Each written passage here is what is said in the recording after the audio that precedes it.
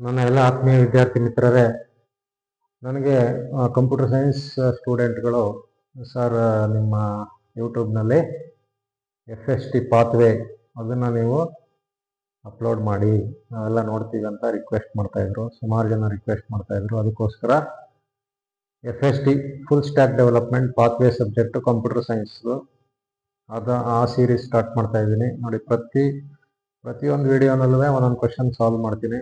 ನಿಮಗೆ ಈ ಕ್ವಶನ್ನಲ್ಲಿ ಈ ಸಬ್ಜೆಕ್ಟಲ್ಲಿ ಏನಪ್ಪ ಅಂತಂದರೆ ಆಲ್ಮೋಸ್ಟ್ ಎಲ್ಲ 10 ಮಾರ್ಕ್ಸು, ಕೆಲವೊಂದು 12 ಮಾರ್ಕ್ಸು ಇದೆ, 12 and 8.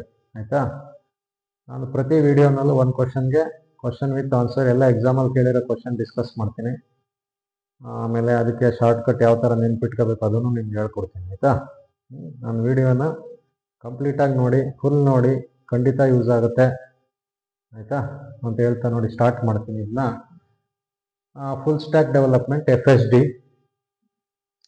ಒಂದು ಕ್ವಶನ್ ತಗೊಂಡಿದ್ದೀನಿ. ಇದರಲ್ಲಿ ಕ್ವಶನ್ ಏನಪ್ಪ ಅಂತಂದರೆ, define enterprise, explain different steps involved in organising in enterprise, 10 marks. ಈಗ ಎಂಟರ್ಪ್ರೈಸ್ ಅಂತಂದರೆ it is nothing but project. New project ಆಗ್ಬೋದು, ಪ್ರಾಜೆಕ್ಟ್ನ ಸ್ಟಾರ್ಟ್ ಮಾಡಬೇಕು ಅಂತ ಅಂದ್ಕೊಂಡಿರೋದಾಗ್ಬೋದು, ಅಥವಾ ಏನೇ ಬಿಸ್ನೆಸ್ ಆಗ್ಬೋದು, ಅದನ್ನೇ ಎಂಟರ್ಪ್ರೈಸ್ ಅಂತ ಕರೆಯೋದು. ಈಗ ಯಾರೋ ಒಬ್ರು ಅಂಗಡಿ ಓಪನ್ ಮಾಡ್ತಾರೆ, ಜೆರಾಕ್ಸ್ ಅಂಗಡಿ ಓಪನ್ ಮಾಡ್ತಾರೆ, ಇಟ್ ಈಸ್ ಅನ್ ಎಂಟರ್ಪ್ರೈಸ್. ಯಾರೋ ಒಬ್ಬರು ಫ್ರೂಟ್ ಸ್ಟಾಲ್ ಓಪನ್ ಮಾಡ್ತಾರೆ, that is also an enterprise. ಯಾವುದೇ ಒಂದು ಬಿಸ್ನೆಸ್ ಸ್ಟಾರ್ಟ್ ಮಾಡಿದ್ರೆ ಇಟ್ ಈಸ್ ಎನ್ ಎಂಟರ್ಪ್ರೈಸ್ ಅಂತ ಹೇಳ್ತಾರೆ. ಅದನ್ನು ಡಿಫೈನ್ ಮಾಡಬೇಕಂದ್ರೆ ಈ ಥರನೇ ಹೇಳಬೇಕು. An enterprise is a project undertaken or a business venture. Example ಏನಂತಂದರೆ, starting a new business, that is called an enterprise. ಸರಿನಾ? ಯಾವುದೇ ಒಂದು ಹೊಸ ಬಿಸ್ನೆಸ್ ಸ್ಟಾರ್ಟ್ ಮಾಡಿದ್ರೆ ಅದಕ್ಕೆ ಎಂಟರ್ಪ್ರೈಸ್ ಅಂತ ಹೆಸರು ಕೊಡ್ತಾರೆ ಅಷ್ಟೇ. ಈಗ ನಿಮಗೆ ಪ್ರಾಜೆಕ್ಟ್ ಅಂತಂದರೆ PMS ಅಲ್ಲಿ ಓದಿದ್ದೀರಾ definition. It is a temporary endeavour undertaken to create a new product, service or result ಅಲ್ವಾ? ಅದೇನು ಬೇಡ, ಜಸ್ಟ್ ಇಷ್ಟು ಬರೆದ್ರೆ ಸಾಕು. ಆಯಿತಾ? ನಿಮಗೆ ಇಲ್ಲೇನಂತಂದರೆ ಇದಕ್ಕೆ ಡೆಫಿನೇಷನ್ಗೆ 1 ಮಾರ್ಕ್ಸ್, ಈ ಡೆಫಿನೇಷನ್ ಬರೆದ್ರೆ 1 ಮಾರ್ಕ್ಸ್ ಕೊಡ್ತಾರೆ. ಆಮೇಲೆ ಸ್ಟೆಪ್ಸ್. ಈಗ ಒಂದು ಎಂಟರ್ಪ್ರೈಸ್ನ ಆರ್ಗನೈಸ್ ಮಾಡಬೇಕಂದ್ರೆ, ಎಂಟರ್ಪ್ರೈಸ್ನ ಸ್ಟಾರ್ಟ್ ಮಾಡಬೇಕು ಅಂದರೆ ಏನೇನು ಆ್ಯಕ್ಟಿವಿಟೀಸ್ ಮಾಡಬೇಕು ನಾವು, ವಾಟ್ ಆರ್ ದಿ ಸ್ಟೆಪ್ಸ್, ಅದನ್ನು ಎಕ್ಸ್ಪ್ಲೈನ್ ಮಾಡಿ ಅಂತ ಕೇಳಿದ್ದಾರೆ. ನೋಡಿ, ಮೇಜರ್ ಆಗಿ ಒಂದು ಎಂಟರ್ಪ್ರೈಸ್ ಸ್ಟಾರ್ಟ್ ಮಾಡಬೇಕು ಅಥವಾ ಬಿಸ್ನೆಸ್ ಸ್ಟಾರ್ಟ್ ಮಾಡಬೇಕು ಅಂತಂದರೆ ದೇರ್ ಆರ್ 5 ಇಂಪಾರ್ಟೆಂಟ್ ಸ್ಟೆಪ್ಸ್. ಆಯಿತಾ? ಒಂದು ಏನಪ್ಪ ಅಂತಂದರೆ ಡಿಟರ್ಮೈನಿಂಗ್ ಆ್ಯಕ್ಟಿವಿಟೀಸ್. ಈಗ ಒಂದು ಬಿಸ್ನೆಸ್ ಸ್ಟಾರ್ಟ್ ಮಾಡಬೇಕಂದ್ರೆ ಏನೇನು ಆ್ಯಕ್ಟಿವಿಟೀಸ್ ಇದ್ದಾವೆ, ಅದನ್ನ ಯಾವ್ದಾವ್ದು ಆ್ಯಕ್ಟಿವಿಟೀಸ್ ಬರ್ತವೆ ಅದನ್ನ ಕಂಡುಹಿಡಿಬೇಕು, ಅದನ್ನೇ ಡಿಟರ್ಮೈನಿಂಗ್ ಅಂತ ಕರೀತಾರೆ. First step is determining what are all the activities will come across in that business. ನಾವು ಯಾವ ಬಿಸ್ನೆಸ್ ಸ್ಟಾರ್ಟ್ ಮಾಡಬೇಕು ಅಂದ್ಕೊಂಡಿದ್ವಿ, ಯಾವ ಎಂಟರ್ಪ್ರೈಸ್ ಶುರು ಮಾಡಬೇಕು ಅಂದ್ಕೊಂಡಿದ್ವಿ, ಅದರಲ್ಲಿ ಯಾವ್ಯಾವ ಆ್ಯಕ್ಟಿವಿಟೀಸ್ ಬರುತ್ತೆ ಅದನ್ನು ಕಂಡುಹಿಡಿಯೋದು ಫಸ್ಟ್ ಸ್ಟೆಪ್. ಸೆಕೆಂಡ್ ಒನ್ ಏನಂತಂದರೆ ಗ್ರೂಪಿಂಗ್ ಆಫ್ ಆ್ಯಕ್ಟಿವಿಟೀಸ್. ಆ ಆ್ಯಕ್ಟಿವಿಟೀಸ್ನ ಗ್ರೂಪ್ ಮಾಡಬೇಕು ಡಿಪೆಂಡಿಂಗ್ ಆನ್ ದೇರ್ ಫಂಕ್ಷನ್. ಅದು ಯಾವ ಥರ ಫಂಕ್ಷನ್ ಮಾಡುತ್ತೆ, ಅದರದ್ದು ಕ್ಯಾರೆಕ್ಟರಿಸ್ಟಿಕ್ಸ್ ಏನು, ಅದ್ರ ಪ್ರಕಾರ ಗ್ರೂಪ್ ಮಾಡಬೇಕು ಡಿಫ್ರೆಂಟ್ ಡಿಪಾರ್ಟ್ಮೆಂಟ್ಸ್. ಅಲ್ಲಿದೆ, ನಾನು ಎಕ್ಸ್ಪ್ಲೈನ್ ಮಾಡ್ತೀನಿ ಅದನ್ನ. ಆಮೇಲೆ ಅಸೈನಿಂಗ್ ಡ್ಯೂಟೀಸ್. ಡ್ಯೂಟೀಸ್ಗಳನ್ನ ಅಸೈನ್ ಮಾಡೋದು, ಕೊಡೋದು, ಯಾರು ಯಾವ್ಯಾವ ಕೆಲಸ ಮಾಡಬೇಕು ಅಂತ ಕೊಡ್ತಾರಲ್ಲ, ಅದು ಅಸೈನಿಂಗ್ ಡ್ಯೂಟೀಸ್ ಅಂತ. ಡೆಲಿಗೇಟಿಂಗ್ ಅಥಾರಿಟಿ ಅಂತಂದರೆ, ಈಗ ಡ್ಯೂಟೀಸ್ ಅಸೈನ್ ಮಾಡ್ತೀವಿ, ಅವ್ನು ಕೆಲಸ ಮಾಡೋಕ್ಕೆ ಒಂದು ಅಥಾರಿಟಿ ಕೊಡಬೇಕು. ಅಥಾರಿಟಿ ಕೊಡಲಿಲ್ಲ ಅಂದರೆ ಅವನು ಕೆಲಸ ಸರಿಯಾಗಿ ಮಾಡಲ್ಲ. ನೀನು ಮಾಡಪ್ಪ ಇದನ್ನ ಅಂದ್ಬಿಟ್ಟು ಅವ್ನಿಗೆ ಬಿಟ್ಬಿಡ್ಬೇಕು. ಅವನು ಕೆಲಸನ ಫ್ರೀಯಾಗಿ ಯಾವುದೇ ಒಂದು ಪ್ರೆಷರ್ ಇಲ್ದಿದ್ದಂಗೆ ಅವ್ನು ಮಾಡಬೇಕು. ಆ ಥರ ಅವ್ನಿಗೊಂದು ಅಥಾರಿಟಿ ಕೊಡಬೇಕು. ಅದನ್ನು ಡೆಲಿಗೇಟಿಂಗ್ ಅಥಾರಿಟಿ ಅಂತ ಕರೀತಾರೆ. Next coordinating activity. ಈಗ ಎಲ್ಲ ಕೊಟ್ಟಿರ್ತೀವಿ, ಏನಂತಂದರೆ ಗ್ರೂಪ್ ಮಾಡಿರ್ತೀವಿ, ಆ್ಯಕ್ಟಿವಿಟೀಸ್ನ ಕಂಡಿಡ್ಕೊಂಡಿರ್ತೀವಿ, ಗ್ರೂಪ್ ಮಾಡಿರ್ತೀವಿ, ಡ್ಯೂಟೀಸ್ ಅಸೈನ್ ಮಾಡಿರ್ತೀವಿ. ಎಲ್ಲ ಒಟ್ಟಿಗೆ ಸೇರಿ ಕೆಲಸ ಮಾಡಿದಾಗ ಏನಾಗುತ್ತೆ, ನಮ್ಮ ಬಿಸ್ನೆಸ್ಸು ಚೆನ್ನಾಗಿ ನಡೆಯುತ್ತದೆ, ಪ್ರಾಫಿಟಲ್ಲಿ ಬರುತ್ತೆ. ಅದು ಲಾಸ್ಟ್ ಸ್ಟೆಪ್. ಕೋಆರ್ಡಿನೇಷನ್ ಇರಬೇಕು. ಈಗ ಎಷ್ಟೊಂದು ಜನಕ್ಕೆ ಅಸೈನ್ ಮಾಡಿರ್ತೀವಿ ಕೆಲಸ ಮಾಡಿ ಅಂತ, ಒಬ್ರಿಗೊಬ್ರು ಕೋಆರ್ಡಿನೇಟ್ ಮಾಡ್ತು ಅಂತಂದರೆ ಬೇಗ ಮುಗ್ದೋಗ್ಬಿಡುತ್ತೆ. ಈಗ ನೋಡಿ, ಗ್ರೂಪ್ ಸ್ಟಡಿ ಅಂತ ಮಾಡ್ತಾರೆ ಅಲ್ವಾ? ಒಂದು 4-5 ಜನ ಸೇರ್ಕೊಬಿಟ್ಟಿರ್ತಾರೆ. ಸೇರ್ಕೊಂಡು ಓದಿದಾಗ ಏನಾಗುತ್ತೆ, ಅವ್ರದ್ದು ಡಿಫ್ರೆಂಟ್ ಐಡಿಯಾಸ್ಗಳನ್ನ ಎಕ್ಸ್ಚೇಂಜ್ ಮಾಡಿದಾಗ ಎಲ್ಲರದ್ದು ಒಟ್ಟಿಗೆ ಸೇರಿಸ್ಬಿಟ್ರೆ ಅವರು ಚೆನ್ನಾಗಿ ಅರ್ಥ ಆಗ್ಬಿಡ್ತದೆ. ಅಲ್ಲಿ ಓದದೇ ಇರೋನು ಓದ್ಬಿಡ್ತಾನೆ ಗ್ರೂಪಲ್ಲಿ. ಈಗ 3 ಜನ ಓದ್ತಾರೆ, ಇನ್ನಿಬ್ರು ಓದ್ತಾ ಇಲ್ಲ ಅಂತಂದರೆ ಅವ್ರನ್ನ ಓದೋರ ಜೊತೆ ಸೇರ್ಸ್ಬಿಟ್ಟು ಗ್ರೂಪ್ ಮಾಡಿಬಿಟ್ರೆ ಅವರು ಓದ್ಬಿಡ್ತಾರೆ. ಹೆಂಗ್ ಓದ್ಬಿಡ್ತಾರೆ? ಕೋಆರ್ಡಿನೇಷನ್ ಚೆನ್ನಾಗಿದ್ರೆ ಕಲ್ತ್ಕೊಬಿಡ್ತಾರೆ. That is called coordination. ಒಬ್ರಿಗೊಬ್ರು ಅವ್ರದ್ದು ಇನ್ಫಾರ್ಮೇಶನ್ ಎಕ್ಸ್ಚೇಂಜ್ ಮಾಡ್ಕೊಂಡು ಸಪೋರ್ಟ್ ಮಾಡ್ಕೊಂಡು ಕೆಲಸ ಮಾಡಿದ್ರೆ ಬೇಗ ಕೆಲಸ ಮುಗಿಸ್ಬೋದು, ಚೆನ್ನಾಗಿ ಮುಗಿಸ್ಬೋದು ಅಂತ.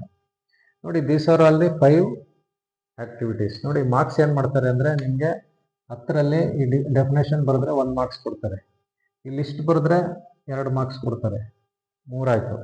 ಇದನ್ನ ಎಕ್ಸ್ಪ್ಲೈನ್ ಮಾಡ್ತಿರಲ್ಲ, ಅದಕ್ಕೆ 7 ಮಾರ್ಕ್ಸ್ ಇರುತ್ತೆ, 7 ಮಾರ್ಕ್ಸ್. ಈಗ ನೋಡಿ, 5 ಸ್ಟೆಪ್ಸನ್ನು ನಾನು ಇಲ್ಲಿ ಬರೆದಿದ್ದೀನಿ. 5 ಸ್ಟೆಪ್ಸ್ಗೆ ನೀವು ಏನು ಬರೀಬೇಕು ಆನ್ಸರು, ನಿಮ್ಗೆ ಹೇಳಿದೆ ಏನೇನಂತ ಹೇಳಿದೆ, ಬಟ್ ಅದನ್ನ ಹೆಂಗೆ ಬರೀಬೇಕು ಅಂತ ಇಲ್ಲಿದೆ ನೋಡಿ. ಫಸ್ಟ್ ಒನ್ ಇಲ್ಲಿದೆ ನೋಡಿ, ಡಿಟರ್ಮೈನಿಂಗ್ ಆಕ್ಟಿವಿಟೀಸ್. ಬರೀ ನೋಡಿ, ಇಷ್ಟು ಬರೆದ್ರೆ ಸಾಕು ನೀವು, ಗೊತ್ತಾಯ್ತಲ್ವಾ? ನೋಡಿ, in this step we will determine activities required to achieve objective of enterprise. ನೋಡಿ, ಈ ಸ್ಟೆಪ್ಪಲ್ಲಿ ಏನು ಮಾಡ್ತೀವಿ ಅಂತಂದರೆ, ಯಾವ್ಯಾವ ಆಕ್ಟಿವಿಟೀಸ್ ಬೇಕು ಆ ಎಂಟರ್ಪ್ರೈಸ್ ಆಬ್ಜೆಕ್ಟಿವ್ ರೀಚ್ ಮಾಡೋಕ್ಕೆ ಅಂತ. ಆಬ್ಜೆಕ್ಟಿವ್ ಅಂದರೆ ಉದ್ದೇಶ. ಆಬ್ಜೆಕ್ಟಿವ್ ಎಂಟರ್ಪ್ರೈಸ್ ಉದ್ದೇಶನ ನಾವು ಈಡೇರಿಸಬೇಕು ಅಂತಂದರೆ ಏನೇನು ಆಕ್ಟಿವಿಟೀಸ್ ಅಲ್ಲಿ ಬರಬೇಕು. ಈಗ ಒಂದು ಯಾವುದೋ ಅಂಗಡಿ ಓಪನ್ ಮಾಡ್ಬೇಕಂದ್ರೆ ಏನು ಬೇಕು ನಮಗೆ? ಫಸ್ಟು ಅಂಗಡಿ ಬಾಡಿಗೆ ತಗೋಬೇಕು, ಆಮೇಲೆ ಯಾವ ಜಾಗದಲ್ಲಿ ಓಪನ್ ಮಾಡಬೇಕು ನೋಡಬೇಕು. ನೋಡಿ, ಅವೆಲ್ಲ ಆಕ್ಟಿವಿಟೀಸ್ಗಳು. ಅದಕ್ಕೆ ಏನೇನು ಐಟಮ್ಸ್ಗಳು ಬೇಕು, ದುಡ್ಡು ಎಷ್ಟು ಬೇಕು, ನೋಡಿ, ದೀಸ್ ಆರ್ ಆಲ್ ಆಕ್ಟಿವಿಟೀಸ್. ಆಯ್ತಾ? ದ ಆಕ್ಟಿವಿಟೀಸ್ ಡಿಪೆಂಡ್ ಆನ್ ನೋಡಿ nature and size of enterprise.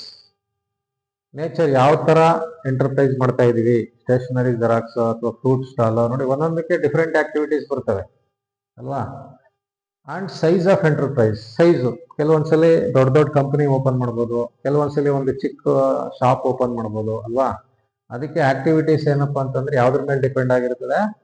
Nature and size of enterprise ಮೇಲೆ ಡಿಪೆಂಡ್ ಆಗಿರ್ತದೆ. ಇಷ್ಟು ಬರೆದ್ರೆ ಸಾಕು ನೋಡಿ, 2 ಸ್ಟೆಪ್ ಬೇಕಾದಷ್ಟು. ನೆಕ್ಸ್ಟ್ 2ನೇ ಸ್ಟೆಪ್ ಬರೋಣ, ಗ್ರೂಪಿಂಗ್ ಆಫ್ ಆಕ್ಟಿವಿಟೀಸ್. ಈಗ ಎಷ್ಟೊಂದು ಆಕ್ಟಿವಿಟೀಸ್ಗಳಿರ್ತಾವಲ್ವಾ, ಆ ಆಕ್ಟಿವಿಟೀಸ್ಗಳೆಲ್ಲ ಗ್ರೂಪ್ ಮಾಡಬೇಕು. ಒಂದು ಗ್ರೂಪ್ ಹೆಂಗ್ ಗ್ರೂಪ್ ಮಾಡೋದು? ಇನ್ the step various activities are grouped into appropriate department on the basis of ಅದ್ರದ್ದು ಫಂಕ್ಷನ್ ಏನು ಅದ್ರ ಪ್ರಕಾರ, ಆಮೇಲೆ ಯಾವ ಪ್ರಾಡಕ್ಟು, ಕಸ್ಟಮರ್, ಅದ್ರ ಪ್ರಕಾರ ನಾವೇನ್ ಮಾಡಬೇಕು? ಗ್ರೂಪ್ ಮಾಡಬೇಕು. ಒಂದೊಂದು ಕಡೆ ಈಗ ನೀವು ಒಂದು ಕಂಪನಿಗೆ ಹೋದ್ರೆ ಫೈನಾನ್ಸ್ ಡಿಪಾರ್ಟ್ಮೆಂಟೇ ಬೇರೆ ಇರ್ತದೆ, ಪ್ರೊಡಕ್ಷನ್ ಡಿಪಾರ್ಟ್ಮೆಂಟ್ ಬೇರೆ ಇರ್ತದೆ. ಎಲ್ಲ ಯಾಕೆ ಒಟ್ಟಿಗೆ ಇರಲ್ಲ? ಒಟ್ಟಿಗೆ ಇಟ್ಬಿಟ್ರೆ ಕೆಲಸ ಮಾಡೋಕ್ಕಾಗಲ್ಲ. ಅವ್ರ ಕೆಲಸಗಳು ಬೇರೆ ಬೇರೆ ಇರ್ತದೆ. ಈಗ ಪ್ರೊಡಕ್ಷನ್ ಮಾಡೋರ್ದು ಬೇರೆ ಕೆಲಸ, ಫೈನಾನ್ಸ್ ಅವ್ರದ್ದು ಬೇರೆ ಕೆಲಸ, ಮಾರ್ಕೆಟಿಂಗ್ ಅವ್ರದ್ದು ಬೇರೆ ಕೆಲಸ. ಅವ್ರನ್ನ ಬೇರೆ ಬೇರೆ ಡಿಪಾರ್ಟ್ಮೆಂಟ್ ಅಲ್ಲಿ ಇಟ್ಕೊಂಡ್ರೆ ಅವ್ರದ್ದು ಅದೇ ಲೈನಲ್ಲಿ ಕೆಲಸ ಮಾಡೋರು ಒಂದ್ ಕಡೆ ಇರ್ತಾರೆ, ಅವಾಗ ಈಸಿ ಆಗುತ್ತೆ. ಗೊತ್ತಾಯ್ತಲ್ವಾ? ಅದಕ್ಕೆ ಈ ಈ ಸ್ಟೆಪ್ಪಲ್ಲಿ ಏನು ಮಾಡ್ತೀವಿ? ಆಕ್ಟಿವಿಟೀಸ್ಗಳನ್ನ, ಸಿಮಿಲರ್ ಆಕ್ಟಿವಿಟೀಸ್ಗಳನ್ನ ಗ್ರೂಪ್ ಮಾಡ್ತೀವಿ. ಆಯ್ತಾ? ಅದು ಯಾವ್ದ್ರ ಮೇಲೆ ಡಿಪೆಂಡ್ ಆಗಿರ್ತದೆ? ಬೇಸಿಸ್ ಆಫ್ ಫಂಕ್ಷನ್, ಪ್ರಾಡಕ್ಟ್ ಮತ್ತೆ ಕಸ್ಟಮರ್, ಇನ್ನು ಬೇರೆ ಬೇರೆ ಇದೆ, ಅದಕ್ಕೆ ಎಕ್ಸೆಟ್ರಾ ಅಂತ ಬರ್ದಿದ್ದೀನಿ.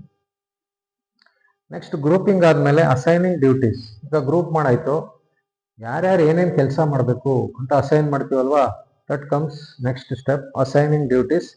ಇನ್ ದಿ ಸ್ಟೆಪ್ ನೋಡಿ, duties are assign to individuals depending on their ability and aptitude. ಈಗ ಯಾರ್ಯಾರಿಗೆ ಏನೇನೋ ಕೆಲಸ ಕೊಟ್ಬಿಡೋದಲ್ಲ. ಈಗ ಒಬ್ಬ ಸ್ವಲ್ಪ ಫಿಸಿಕಲಿ ಸ್ಟ್ರಾಂಗ್ ಇರ್ತಾನೆ, ಫಿಸಿಕಲ್ ಕೆಲಸಗಳು ಚೆನ್ನಾಗಿ ಮಾಡ್ತಾನೆ ಅಂದ್ರೆ ಫಿಸಿಕಲ್ ಆಗಿ ಬೇಕಾಗಿರೋ, ಫಿಸಿಕಲ್ ಸ್ಟ್ರೆಂತ್ ಬೇಕಾಗಿರೋ ಕೆಲಸಗಳು ಕೊಡ್ಬೇಕು. ಅಂದ್ರೆ ಈಗ ಫ್ರೂಟ್ಸ್ ಬೌಲ್ ಎತ್ಕೊಂಡು ಹೋಗೋದು, ಜಾಸ್ತಿ ವೆಯ್ಟ್ ಇರ್ತಾವಲ್ಲ ಅದನ್ನ ಎತ್ಕೊಂಡು ಹೋಗೋ ಆ ಥರ ಕೆಲಸ. ಕೆಲವೊಬ್ಬನಿಗೆ ಬುದ್ಧಿ ಚೆನ್ನಾಗಿರ್ತದೆ, ಫೈನಾನ್ಸಲ್ಲಿ ಚೆನ್ನಾಗಿರ್ತದೆ, ಅವನಿಗೆ ಹಣಕಾಸು ರಿಲೇಟೆಡ್ ಕೆಲಸ ಕೊಡೋದು, ಆ ಥರ.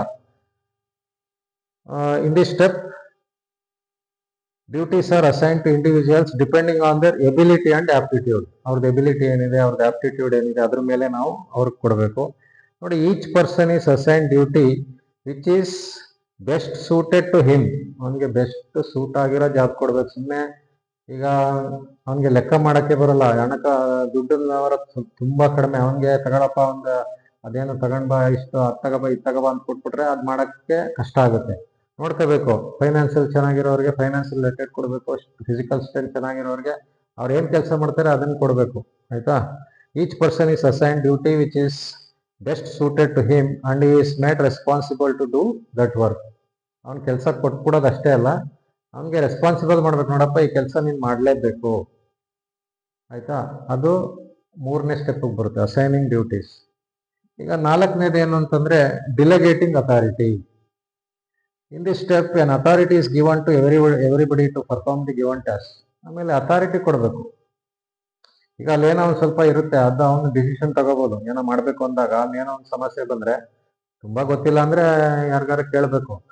ಇಲ್ಲ ಅಂದ್ರೆ ಅವನಿಗೆ ಫ್ರೀಯಾಗಿ ಮಾಡಕ್ ಬಿಟ್ಬಿಡ್ಬೇಕು. ಅವನಿಗೆ ನಾವು ಏನೋ ಒಂದು ಕೆಲಸ ಮಾಡ್ತಿದ್ರೆ ಅದ್ ಮಾಡ್ಬೇಡ, ಇದ್ ಮಾಡು, ಹಿಂಗ್ ಮಾಡು, ಈ ತರ ಮಾಡು, ಆ ತರ ಮಾಡು ಅಂದಾಗ he will not be free to do the job. Free ಆಗಿರಲ್ಲ ಅವನಿಗೆ. ಸ್ವಲ್ಪ ಅವನಿಗೆ ಇವ್ರು ಏನೇನೋ ಹೇಳ್ತಾ ಇದಾರೆ, ನನ್ಗೆ ಬಂದು ಕೆಲಸನೂ ಬೇಡ ಏನು ಬೇಡ ಅಂದ್ಬಿಟ್ಟು ಹೊಡೋಗ್ಬಿಡ್ತಾನೆ. ಅದೇ ಅಥಾರಿಟಿ ಅಂದ್ರೆ. In the step an authority is given to everybody. ಎಲ್ಲರಿಗೂ ಅವ್ರಿಗೊಂದು ಅಧಿಕಾರ ಕೊಡಬೇಕು. ಅಥಾರಿಟಿ ಅಂದ್ರೆ ಅವ್ರು ಫ್ರೀಯಾಗಿ ಕೆಲಸ ಮಾಡೋದಕ್ಕೆ ಬಿಡ್ಬೇಕು ಅಂತ. ನೆಕ್ಸ್ಟ್ ಲಾಸ್ಟ್ ಒನ್ ಏನಪ್ಪಾ ಅಂತಂದ್ರೆ, ಈಗ ಎಲ್ಲರಿಗೂ ಏನಾಯ್ತು ನೋಡಿ, ಆಕ್ಟಿವಿಟೀಸ್ನ ಡಿಟರ್ಮಿನ್ ಮಾಡಿದ್ವಿ, ಅದನ್ನ ಗ್ರೂಪ್ ಮಾಡಿದ್ವಿ, ಎಲ್ಲರಿಗೂ ಕೆಲಸಗಳು ಅಸೈನ್ ಮಾಡಿದ್ವಿ, ಆಮೇಲೆ ಅವ್ರಿಗೆ ಅಥಾರಿಟಿ ಕೊಟ್ವಿ, ನೀನ್ ಮಾಡಪ್ಪ, ನೀ ಈ ಕೆಲಸ ನೀನ್ ಮಾಡಪ್ಪ ಅಂತ ಅಥಾರಿಟಿ ಕೊಟ್ವಿ.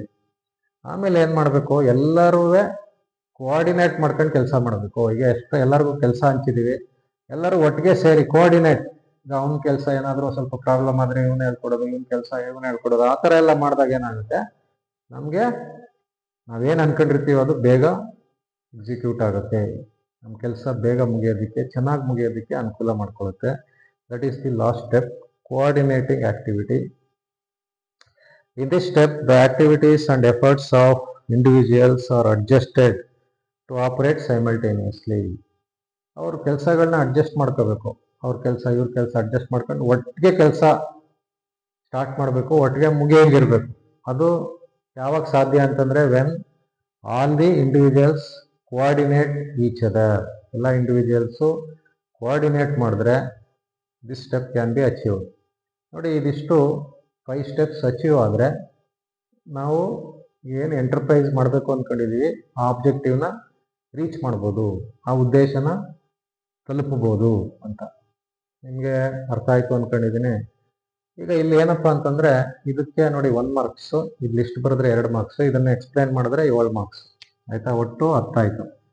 ಇಲ್ಲಿ ಒಂದು ನೀವು ನೆನ್ಪಿಟ್ಕೋಬೇಕೇನಂದ್ರೆ, ಈ ಸ್ಟೆಪ್ಸ್ ಹಿಂಗೆ ಬರೀಬೇಕು. ಈ ಸ್ಟೆಪ್ಸ್ನ ಮೇಲೆ ಕೆಳಗೆ ಬರೆಯೋಕ್ಕಾಗಲ್ಲ. ಈಗ ಹಿಂಗೆ ಬರೆಯೋಕ್ಕೆ ಯಾವ ಥರ ನೆನ್ಪಿಟ್ಕೋಬೇಕು, how to remember to write this steps in the order ಅಲ್ವಾ? ಇದೇ ಥರ ಆರ್ಡರ್ ಬರೀಬೇಕು, ಬೇರೆ ಬೇರೆ ಬರೆಯೋಕ್ಕಾಗಲ್ಲ. ನೋಡಿ, ಅದಕ್ಕೆ ನಾನೊಂದು ಕೋಡ್ ವರ್ಡ್ ಕಂಡಿಡ್ಕೊಂಡಿದ್ದೀನಿ. ಏನಪ್ಪ ಅಂತಂದ್ರೆ, ಡಿಗ್ರೇಡ್